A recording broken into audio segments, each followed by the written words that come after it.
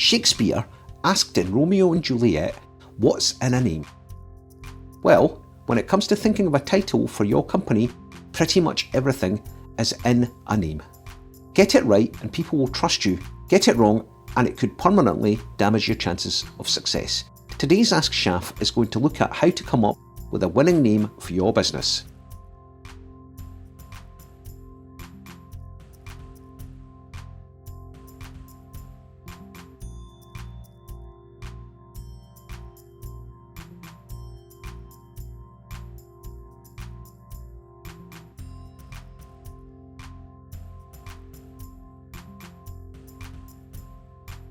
Think about how you want to portray your company. Creative, catchy, and forward-thinking. The best way to do this is to keep it simple.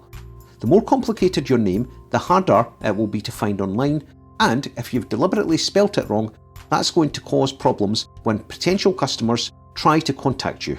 Either they or you will be constantly correcting the misspelled version of your name. Also, think about how it will appear in a web address or a hashtag. Remember, some words put together can end up spelling something completely different. Say the name out aloud. Again, words can work well written down, but when they're said out loud together, they can mean something different altogether and not in a good way.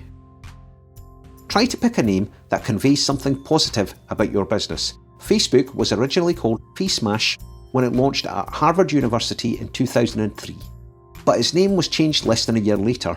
Doesn't Facebook sound more trustworthy, more grown up?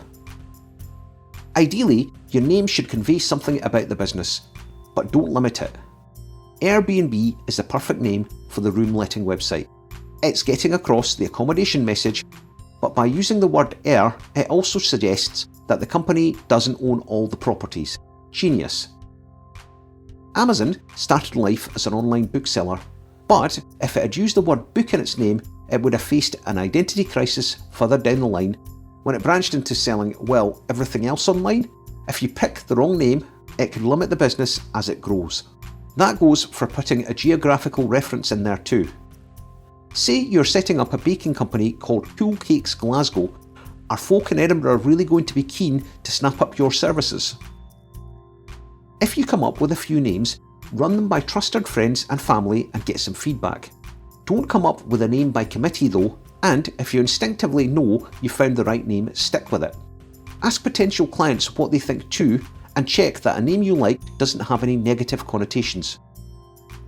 Once you're happy with the name, do your research and check if it's already been snapped up. If it has, you might need to modify it a little bit.